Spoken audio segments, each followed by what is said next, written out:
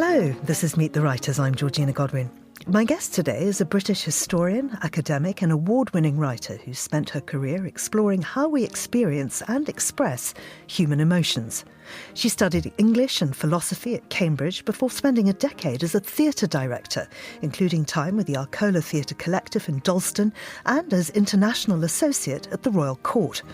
After returning to academia, she completed a Master's in Criticism and Culture, followed by a PhD at Queen Mary University of London, where she was a lecturer and the director of the Centre for the History of the Emotions. She's now Reader Emeritus.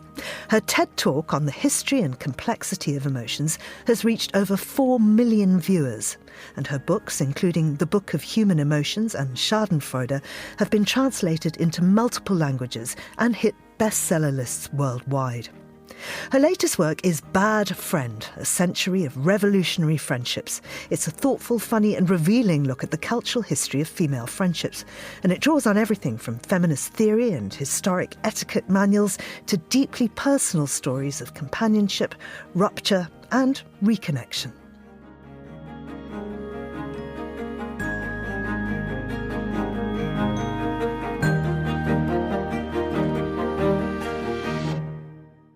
Tiffany Watt Smith, welcome to Meet the Writers. Thank you. It's really great to have you here. We've discovered a connection. You came to a festival that I was part of founding in Zimbabwe many, many years ago. And I think that was part of your time within the theatre. That's right, yeah. I came to the festival to teach a playwriting workshop. It's a very vivid memory. So, yes, as you said, for about 10 years I worked in professional theatre, and in one of the jobs I did was working in the Royal Court in the international department, where I worked with developing playwrights all around the world. And of course that's because your roots were very, very much in theatre. I mean, you were brought up by actors. Yes. Oh, my mum's an actress. My dad is retired now, but he was a director. And yes, so when I went into theatre, although I wasn't planning to, I'd never been involved in theatre at school or at university or anything like that.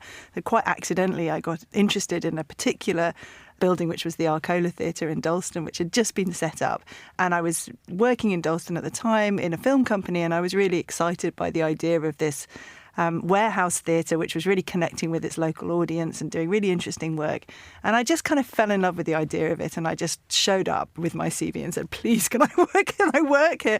And they said, yeah, sure. And so I did. And so that sort of took me on this journey for about 10 years where I was working in theatre. But I think by my 30s, I felt like it wasn't quite the right fit for me. I felt like being a director, which is what I had become, wasn't quite where my skills lay, and really what I was interested in were ideas and words and writing, and that's really what I wanted to get back to. Because growing up in the way that you did with an actor and a director in the household, how did that shape your early view of emotion and expression? That's a good. No one ever asked me that. That's a great question. Well, I think that the thing that theatre does to emotion is it makes you think very carefully about the relationship between emotional insides and emotional outsides. So if you are surrounded by actors, obviously you're surrounded by people who are extremely good and playful at expressing emotions, but they're also very alert to the ways in which we communicate emotions, the stylized ways we communicate emotions, and the shortcuts we use to show an emotion. And there's also the kind of very fascinating phenomenon of performers who appear to be showing very deep emotion, but are actually, thinking about the football scores, or, what they're going to have for lunch. And sometimes the other very fascinating phenomenon where you are enacting an emotion, and then before you know it, you're feeling it too. So, there's a very interesting and slippery relationship between emotional insides and emotional outsides. The kind of classic version of emotion is that we have a sort of external trigger. The sort of classic theory of emotion is that you have an external trigger, and then that prompts an internal feeling, which then in turn prompts some sort of action or behaviour or expression. That's the sort of very classic version of it. But, neuroscientists and certainly historians and ethnographers, who are interested in the cultures of emotion, suspect and suggest that this is actually far more complex. There's a real sort of back and forth that goes on between the ways we perform and express and communicate communicate our emotions, the world that we live in with all of its rules and expectations and requirements about what emotions can and can't be shown at any particular time, and then the things we feel inside, that relationship is very complex and there's a lot of back and forth. You've written that returning to study after 10 years in the theatre felt like a kind of emotional recalibration. What was that transition like? I suppose actually at the time I was going through all kinds of transitions in my own life anyway. I was getting into my 30s.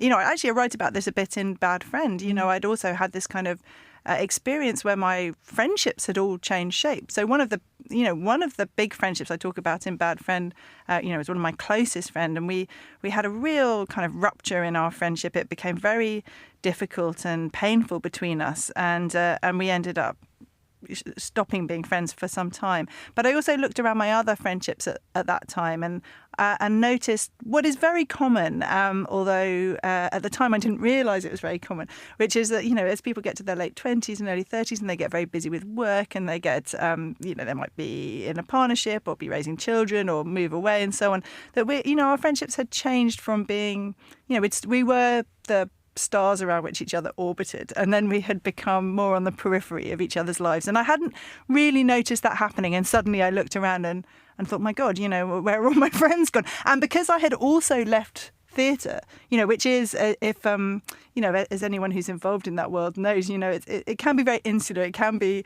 almost a bit of a cult, really. It gives you an instant crowd, doesn't it? Instant crowd. And all my socialising was, press nights and parties and of course that all went sort of overnight because I suddenly didn't really know how to connect with those people anymore and quite who were my friends and who were, just the people I had been sort of swanning around with. So that whole period, yes, it was quite a rupture, particularly in terms of thinking about my friends and whether I was the kind of person who was capable of friendship. I think that's what I came to fear, that I somehow lacked the courage that friendship took.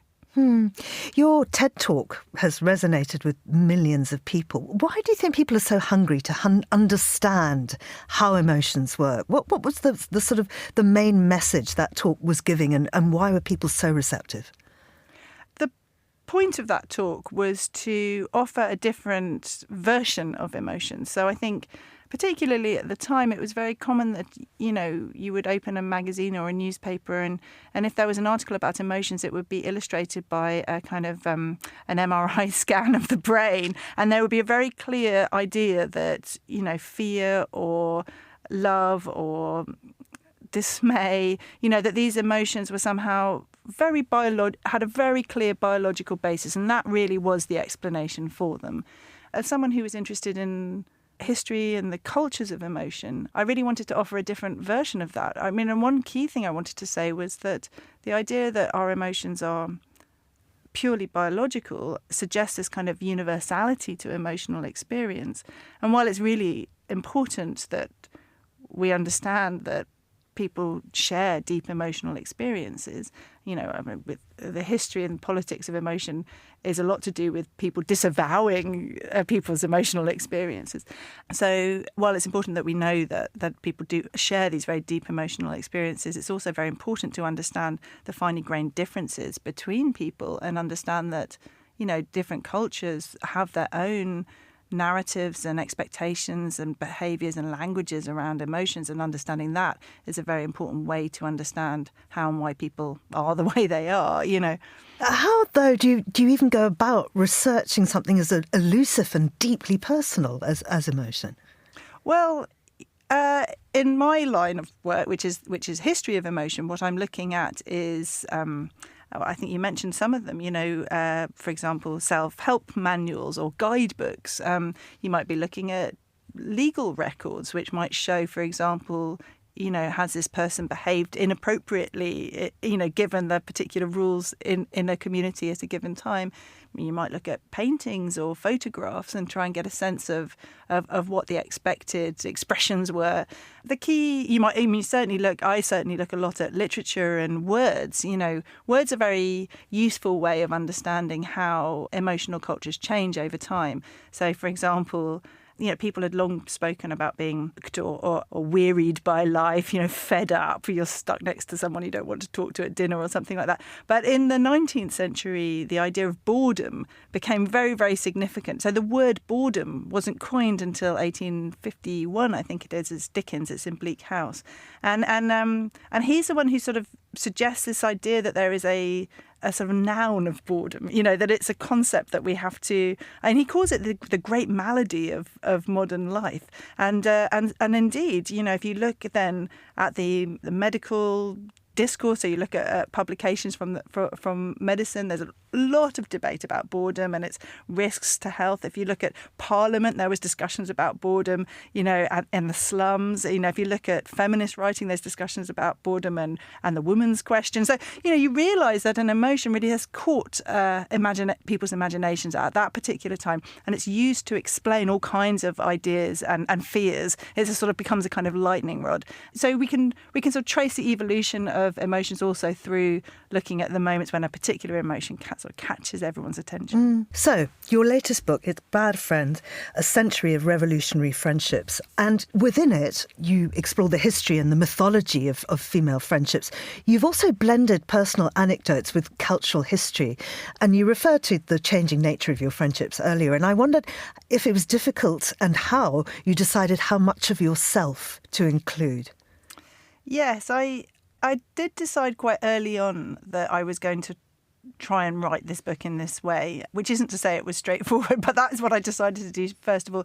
The reason why I did that is partly because those were the books I like to read. I'm really interested in reading books where it's clear what the author's stake is, So that was part of the motivation. And on the other part was because I wanted to connect with readers. I wanted to, this is a book that tries to offer an alternative version to the sometimes glamorized and idealized versions of female friendship that we see around us. That's the point of the book, is to look at what it is to be a compromised, imperfect, sometimes messy kind of friend, and what that has been like for hundreds of years. And so it made sense that I should also, be willing to sort of lay out my own experiences of that, I think. What were some of those idealized sort of the myths about female friendships that you wanted to unpick? Well, this goes really to the heart of the history of friendship itself. So one of the things that I think I found very surprising about the history of friendship is for about 2,000 years, men were considered the real experts in friendship. If you look at classical philosophy, if you look at Renaissance works, people like Montaigne, he wrote this kind of soaring and passionate account of his very close friendship with a man named La Bercy. He wrote that in 1580. Those two, Montaigne described La Bercy as his soulmate. This was a love that was impossible to describe. It was so rarefied and so extraordinary and so unusual. He says this kind of friendship comes around but once in a generation. So there's this really passionate language of male friendship. Now, Montaigne thought that women were completely incapable of this kind of rarefied bond. He said, women's souls are just not firm enough to withstand such a tight knot, I think is his image. So there's a real sense that men are the experts in friendship and women just are completely incapable. It's not just that they're rival and cliquey and, it's actually that they just are not emotionally stable enough to have these kinds of important friendships. Now, of course, that completely changed. So in the 18th century, as new ideas about emotion and gender started coming to the foreground, these ideas start to kind of shift. And by the 19th century, it becomes quite common to say that women are much more, they are far more superior at friendship than men are.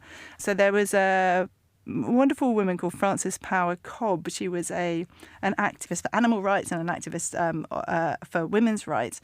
And she wrote this piece, this article that was very widely read in 1863, in which she dismissed men's friendships as these very sort of superficial relationships that they might strike up in the club, or and then compared them to female friendships, which she said were very sort of tender-hearted, very deeply compassionate, deeply reliable, and so on. So she was drawing on what was already then quite an established idea that female friends were the more emotional, the more honest, the more authentic.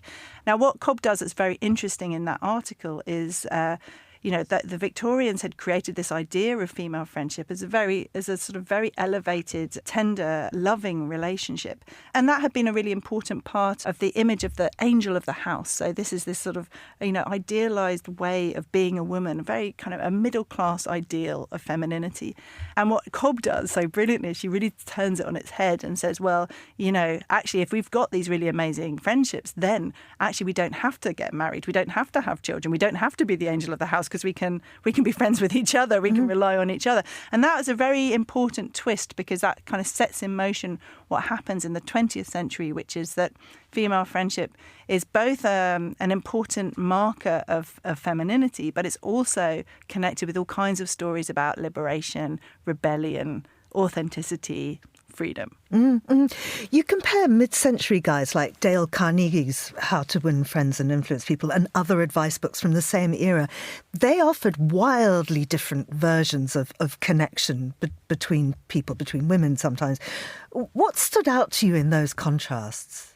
Well, that's a very interesting example, isn't it? So Dale Carnegie wrote this, still in print self-help book, How to Win Friends and Influence People. And the same year that was published, 1936, a woman called Elizabeth McGibbon wrote a book that was also on the bestseller list of the same year, called Manners in Business. Now, she was a businesswoman, quite a successful businesswoman. She went around America doing tours and lectures, and she had a column, and then she gathered her advice together in a book. Now, her primary advice for young women joining the workplace, which of course, was happening in huge numbers at that time, along with, what clothes you should wear and how to be a delightful presence to your boss, was to do with female friendship. It was very important, she said, to be friendly, to be amenable, to be likeable, but absolutely you shouldn't be making friends with any other women in the workplace. There's a real risk, she said, of being accidentally drawn into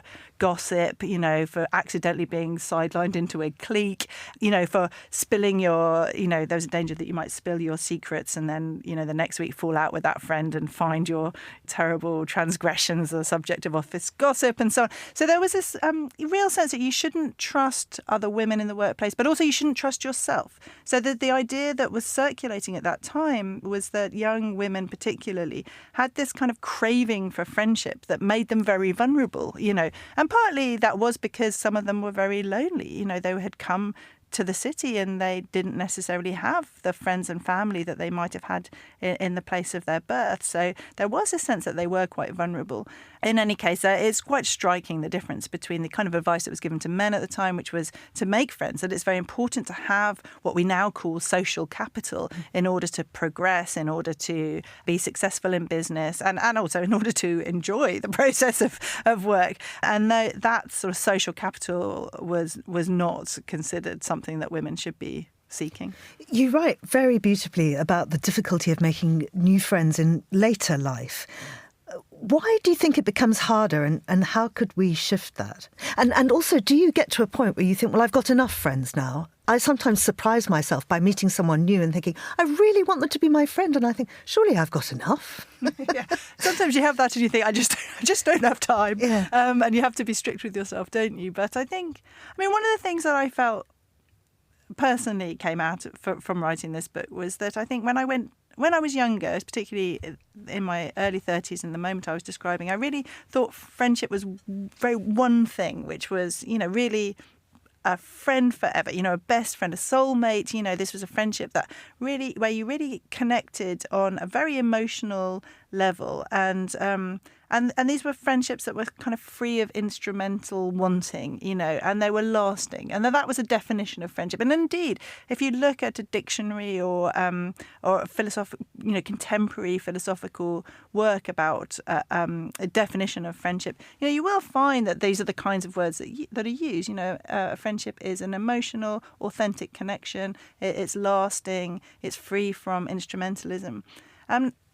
After writing this book and hearing about so many different women's experiences of friendship over time and thinking also about different definitions of friendship across the world and as well as over time, I think I've kind of embraced a much more relaxed and baggy and kind of flexible idea about what friendship is. And so I'm quite keen to think of friendship as also, friends can come and go. Transient friendships can be extremely important and significant.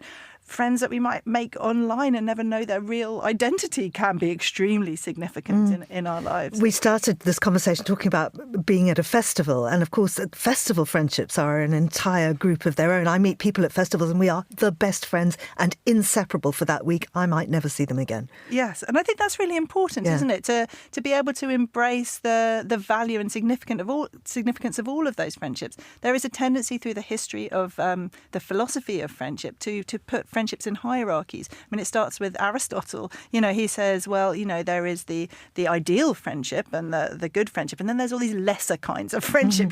The lesser friendship is, the friend you might make at a festival, the person that you just like going to a sports match with, or, the person that, you work with, so you kind of rub along quite well and you do each other favours. He sees those as kind of inferior. I think what I really want to make the point, what I really want to say is that all of these friendships have values in their own right. And actually, we're living through this age of loneliness. We're living through this supposed crisis in friendship. And yet we're surrounded by these extremely idealised and narrow images of what friendship is. I think we need to have, and probably there hasn't ever been a more important time to have a far more expanded idea of what friendship is.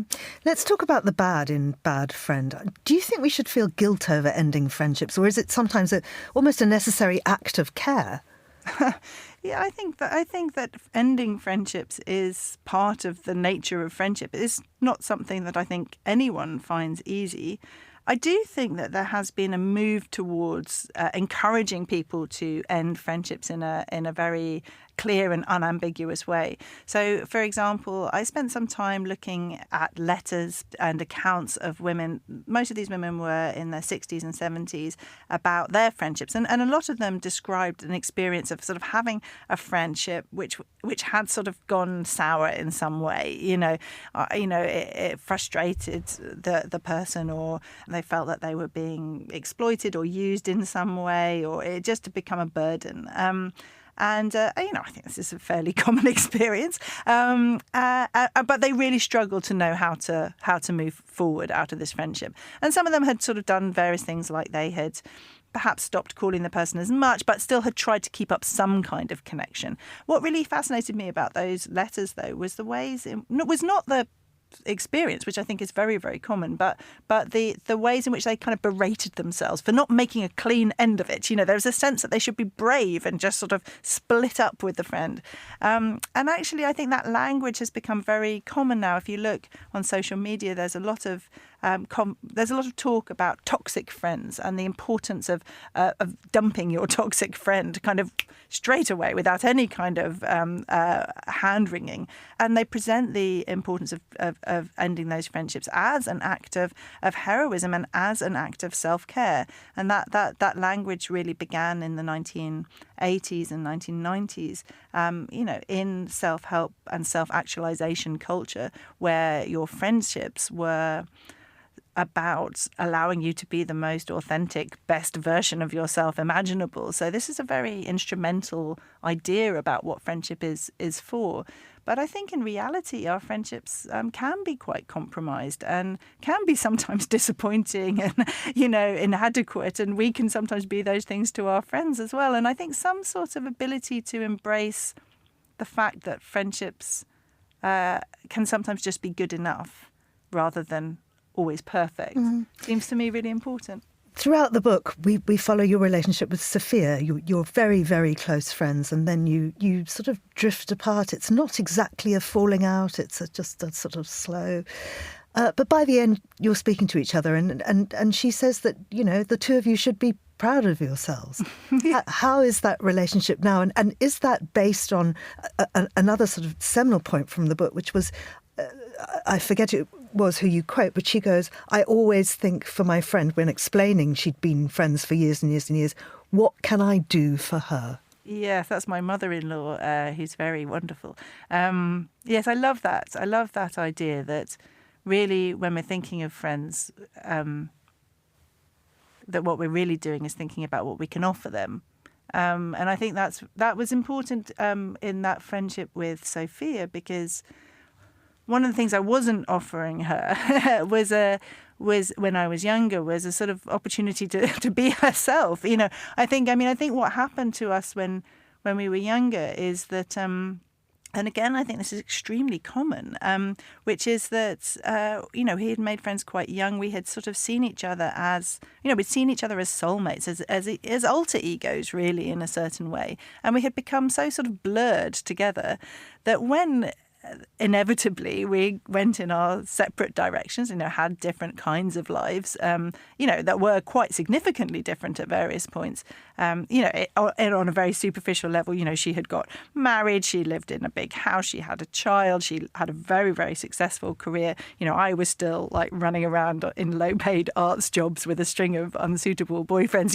Our lives looked quite different. And so on a very superficial level, it did feel quite hard sometimes to connect. And, you do think, well, friendship should definitely be above and beyond these kinds of concerns. And yet it wasn't, because we had been so heavily identified with each other when we were younger that those separations became very hard to tolerate and navigate. Now that we're older and time has passed and we've had the chance to talk about these things, I think, and, I certainly have had the chance to sort of understand more about why I was struggling so much in that moment. I think it's easier to recognise, the value of the differences between us. But I do think that takes a bit of time to understand. And I do think those separations can be extremely painful, actually. So one of the things that we can give to our friends, as my mother-in-law so beautifully puts it, is give them the grace and the freedom to be separate from us. Tiffany Watt Smith, thank you very much. I think we could be friends. Oh, that's lovely. I hope so. Bad Friend, A Century of Revolutionary Friendships is published by Faber, and it's out now. You've been listening to Meet the Writers, thanks to the producer, Steph Chungu, who also edited the episode. And you can download this show and previous episodes from our website or wherever you get your podcasts. I'm Georgina Godwin. Thank you for listening.